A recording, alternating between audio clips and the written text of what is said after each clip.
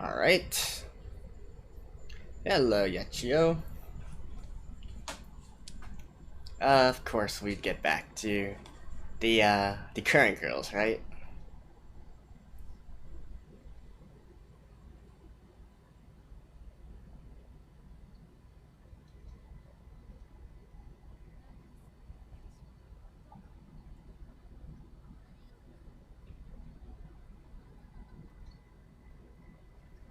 Actually, what happened to Yachio at the end of season 1?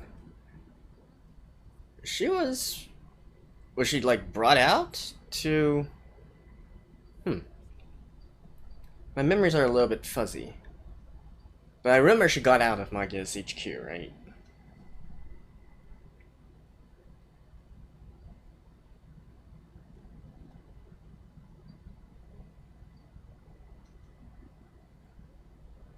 Mm-hmm.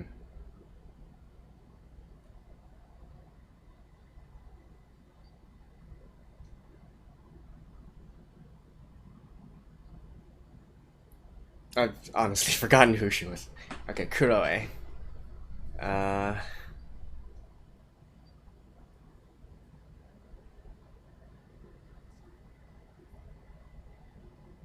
And who's this girl?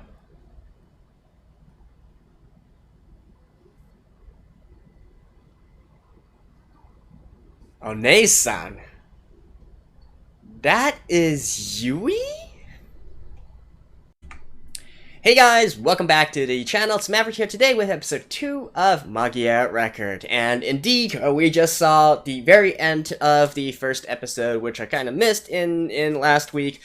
So, as expected, we turned back into really following the story of the new girls, right? Yachio and presumably all the rest of them as well. The first episode was just a little bit of a teaser, you know, to get us back into the franchise, back into the story and whatnot, and indeed it was great to see, you know, Madoka, Homura, and all the other girls as well. I think it's not too outlandish to say that most people who are watching this series probably have a huge love for the franchise as well. And it's nice to see them, especially in this sort of like what if scenario, right? We're still not entirely sure what this actually is. Is this an alternate timeline completely, or is this just one of the many timelines that Homura visited and accessed and tried her best in, which ultimately failed, right? And then we go back to the main timeline, main series and whatnot. That's still unknown as of now. But anyways, we are probably going to be focusing back on Yachio and the others, and in Iroha, of course. And maybe later on we'll have a crisscross with the OG characters. But, of course, the big thing that was revealed in that little bit of a teaser there is that mysterious girl, right? Who calls Iroha her sister. Her older sister. Which means that is Yui, right? And based on what they're saying, and she appears to be in Magias, is she like the final boss of Magias? Or like the final person in there or whatnot? Or is she being held hostage, captive, or whatever you want to call it, right? Well, I presume we will learn more about that as the season goes on. Probably not in this episode, but hey, one can hope. Let's just get into the episode right now. Alright, let's begin in 3, 2, 1, play.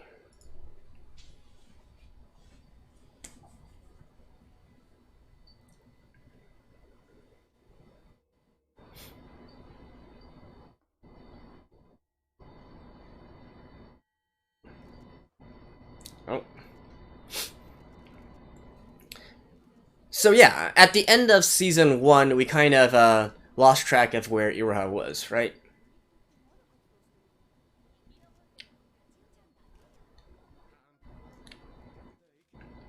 So I guess we're gonna be starting from Yachio first? How she's trying to find Iroha and whatnot?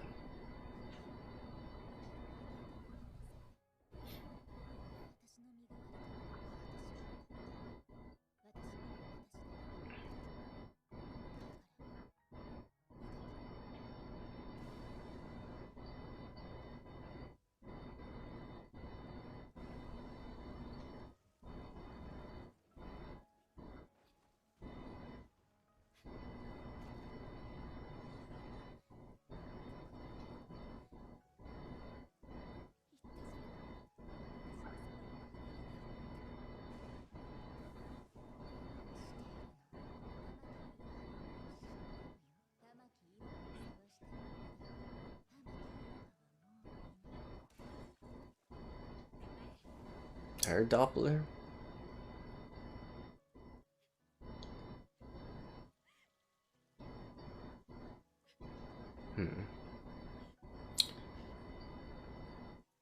Ooh. She is getting corrupted. Is this gonna be one of those, you know, storylines where she gets corrupted and then Iroha at the last moment shows up and saves her or something of that sort? I certainly hope not. That's a little bit too cliche.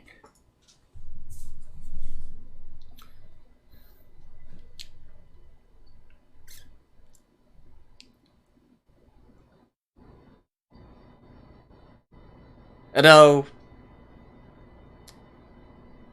I guess even in the original series, there were some of this kind of cliche things, right? Only the difference is that, even though it seemed to develop in a very cliche way, the end result was not exactly all happy and sunshine and whatnot, right? In a lot of these kinds of situations, where they were facing corruption. But so far, throughout season 1, it doesn't really give me the vibe of how the main series goes. So, hard to say. Maybe they'll do something entirely different.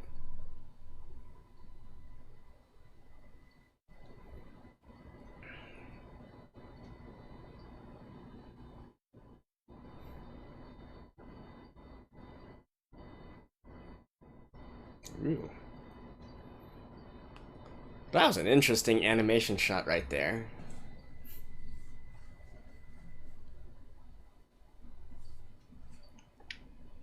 The rumor of Peeping Castle Town.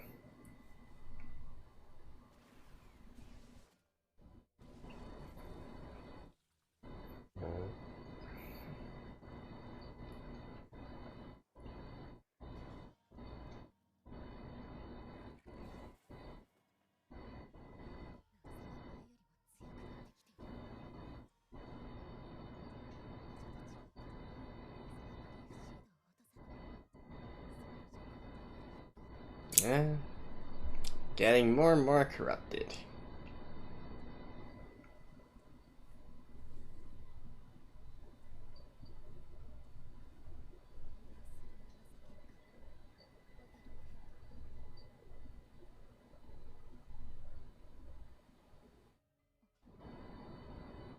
Ah, the cups, right? The set of 5. Oh, there's the other 4.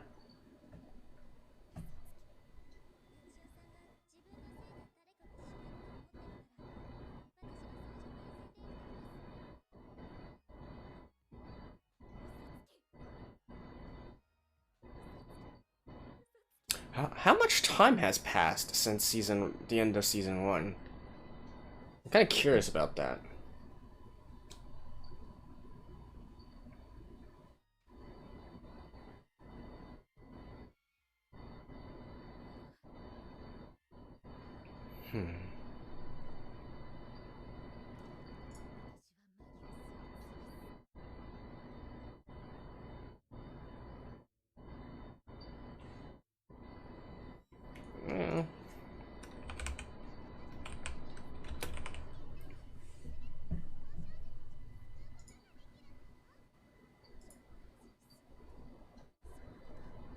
Right, and then here's the army gathering scene, right? Which I really feel like they're trying to pay homage or at least reference, you know, the like Nazi rallies and whatnot.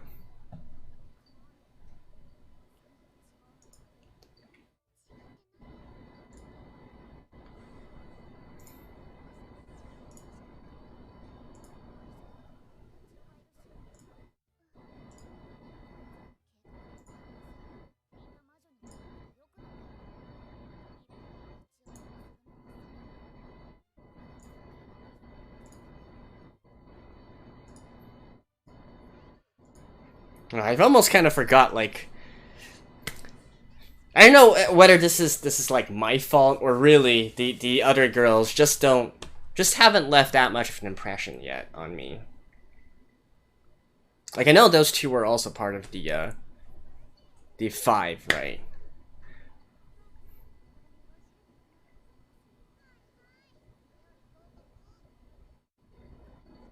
And that girl at the back is Yachio's former teammate, I believe.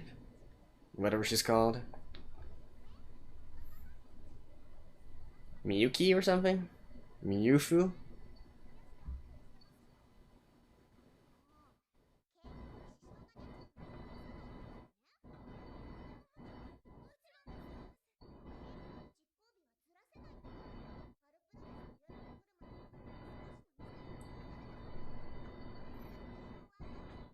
Ah, Mifuyu.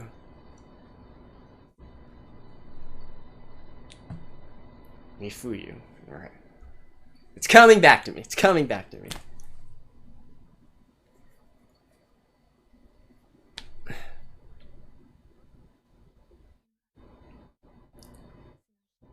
Hiraki Nemu. Hiraki Nemu. Wait, is this one of the girls who were also hospitalized along Yui? I can't really remember their names and what. You made them. So yeah. Are you like the final boss of Magius?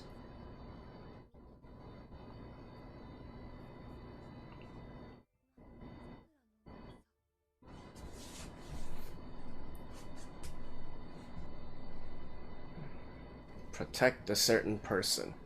Probably Iroha. Since she already mentioned that.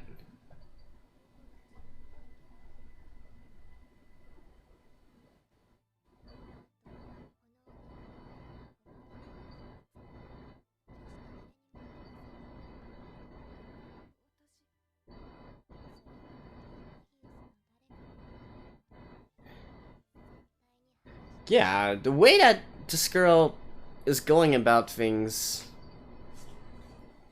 seems like she's like a big boss of Magius and whatnot.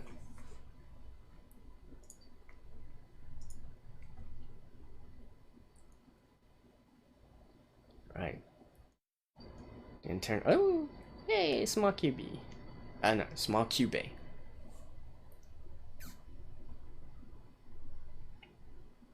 Ah, still as cute as ever. Like, I don't care, right?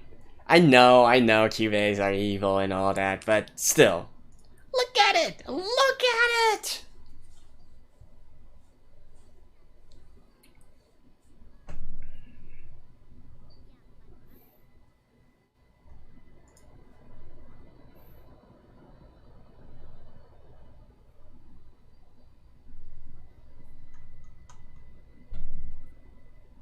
Mm-hmm.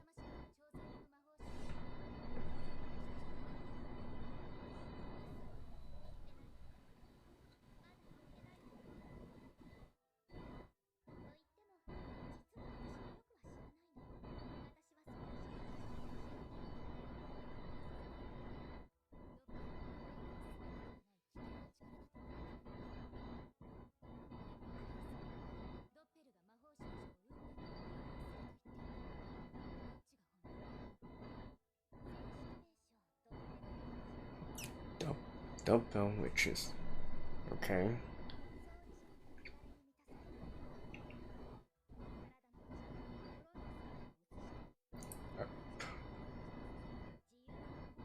A portion of the body.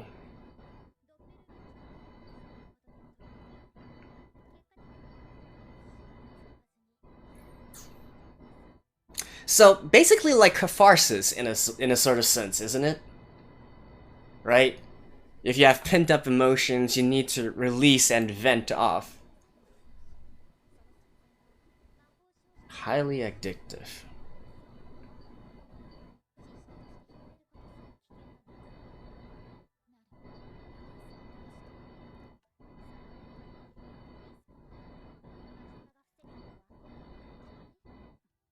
Yeah.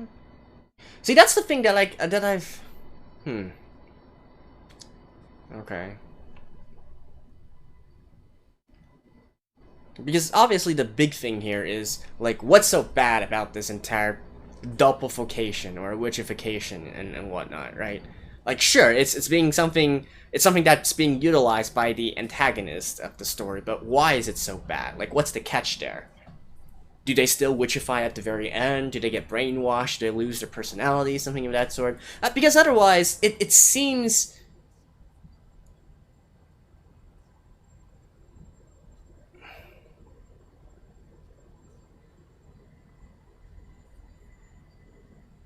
Right, hold that thought. Wait, so how much time has passed since season 1?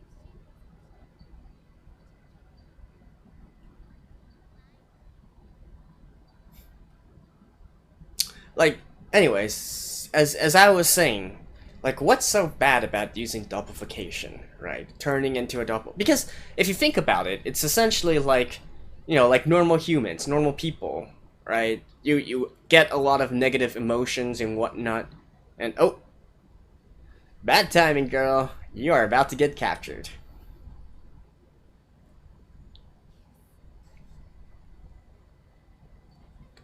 Oh.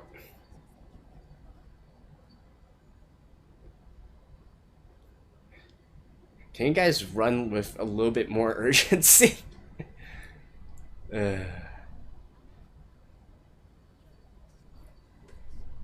Ah, that's who she was. Alright. The girl that you met.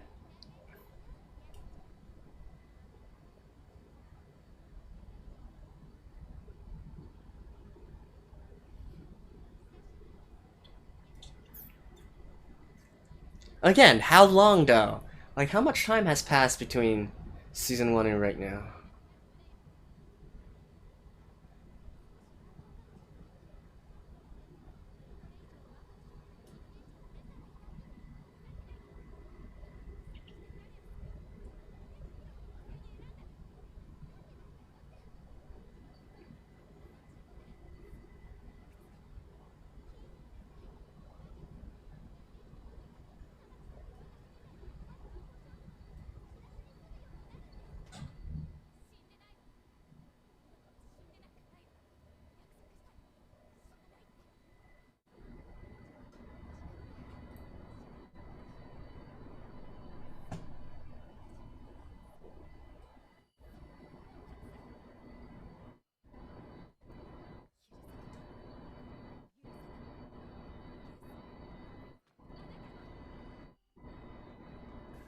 I have a feeling she's corrupting.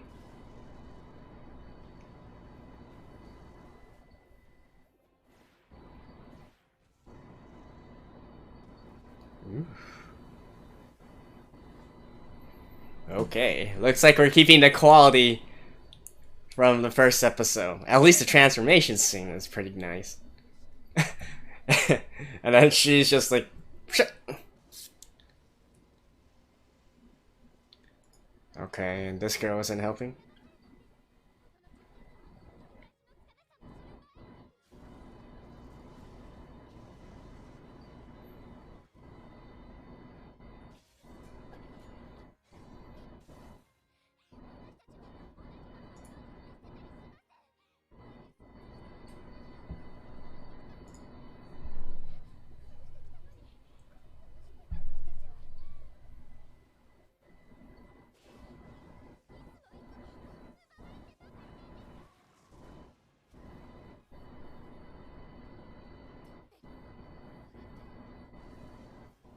Oh, power up.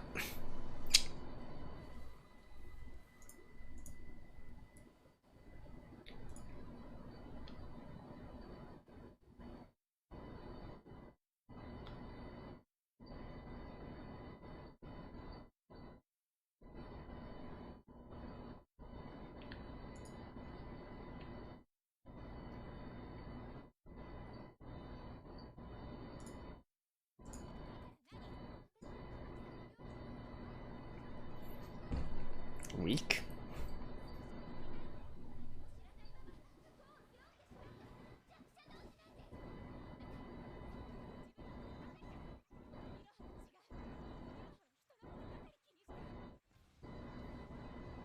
Oh.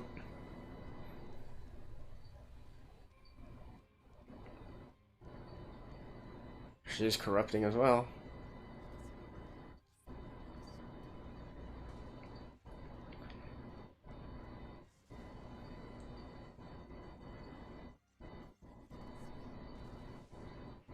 So she's also gonna Doppelify?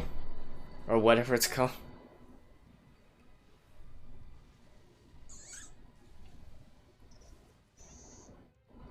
No? This is more akin to the battle, you know, the fights that they had near the end of Season 1, right? They still keep their original face.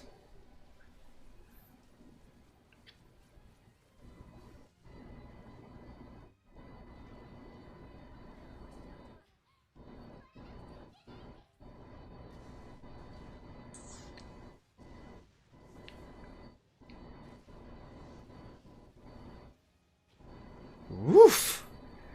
Holy shit! Look at that water animation. Oh, that is nice. Oh? Yeah.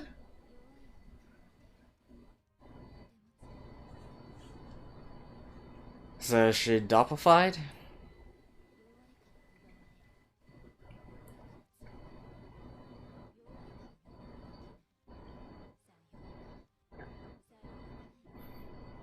Alright, is Ira gonna show up now? Or someone else?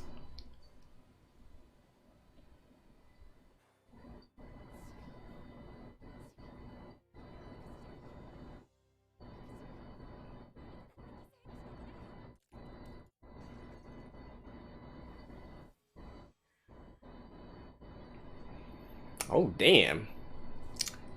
She just came back herself.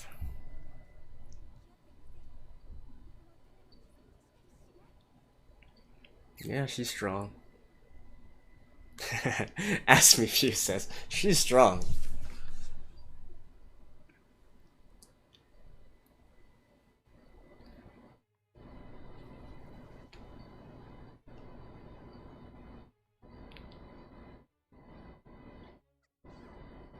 Yep.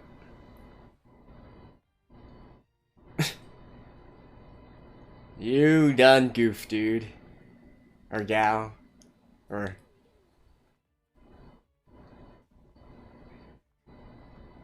This is just... Really? Really?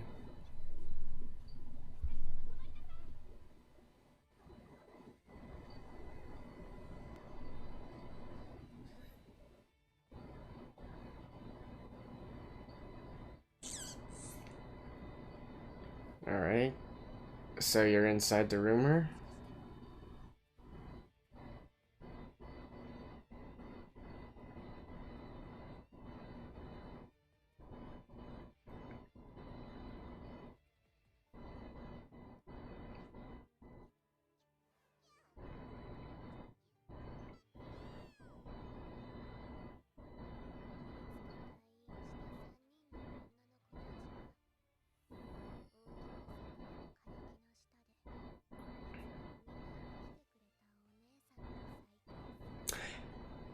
Yeah, there we go.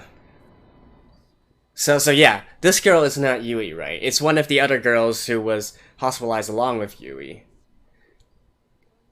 And Iroha visited those three.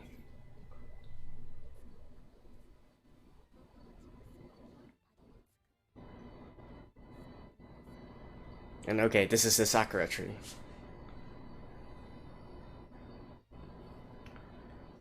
Oh, that's where Iroha is?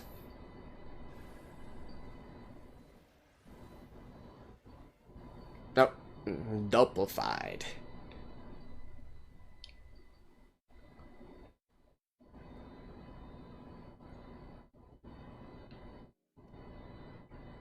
Alright. And this is the first time we have the actual ending. Wow, look at that cast list. Whew! Look at that cast list. So many first-liner female seiyuu. Oh. Yeah, so even though this is the first time I'm hearing this ending song, normally I watch it the whole way through for the first time. But it seems that they're just gonna focus on this tree. So, yeah, I think I can listen to this on my own. I will see you guys after this. Okay, so there we go in episode 2, and, you know, as expected, we focus more on the new set of girls and characters, or in this case, really just Yachio, right? Because Iroha's missing, the other girls are within Magia's, and so on and so forth. But, yeah, so I think one big question I have immediately is like how much time passed between season 1 and season 2. You know, so obviously Iroha was kind of like missing in action at the end of the first season, but I wasn't really expecting it to turn out into like a full-on disappearance here. So I guess, you know, these first 3 episodes, we're gonna have to find a way to rescue Iroha or bring her back or whatnot, and then continue the story from there, right? But apparently, you know, we already found her. She's gonna be there in the 3rd episode within the Sakura tree. Like, she's dopified right now, so I'm guessing Yachio just needs to defeat her and then, you know, bring her back, right? And then everything will be fine and dandy, and then they can continue on with their journeys and quest here.